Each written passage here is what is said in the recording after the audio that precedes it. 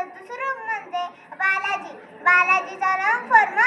बा म्हणजे बासुंदी, ला म्हणजे लाडू, जी म्हणजे जिलेबी.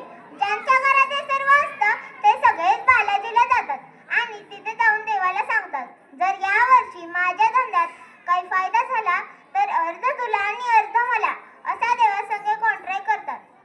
बालाजीला धनब्रह्म म्हटलं जातं आणि पांडुरंगाला नादब्रह्म म्हटलं जातं.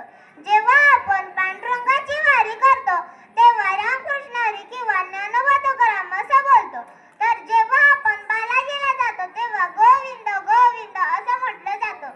याच्यावरून हे समजते की देव चराचरात आहे, पण त्यामागची भावना कल्पना वेगळी आहे. देव सर्वत्र आहे पण दिसत नाही. देव हवेत आहे, देव पाण्यात आहे, देव अग्नीत आहे. असं कधी झालंय का?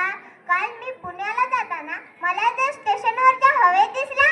काल बंबईच्या स्टेशनावर देव होता. असं कधी झालंय का? हे वर आहे ते लाल आहे, हे वर आहे ते पिवळं आहे, हे वर आहे ते पांढरं आहे, असं कोणी म्हणतं का? तसंच देव आपल्याला दिसतो का? तसंच देव आपल्याला न दिसता समजायला पाहिजे. ते म्हणजे माणसात. तरच उद्या तुम्ही माणसाचे जन्म देऊन काय कमवलं हे उद्या देवाला मेल्यावर सांगता येईल. जाता जाता एवढंच सांगते की स्वतः आनंदी राहा, दुसऱ्यांना आनंदित ठेवा. एवढंच एक आयुष्य आहे. आनंदाने जगा.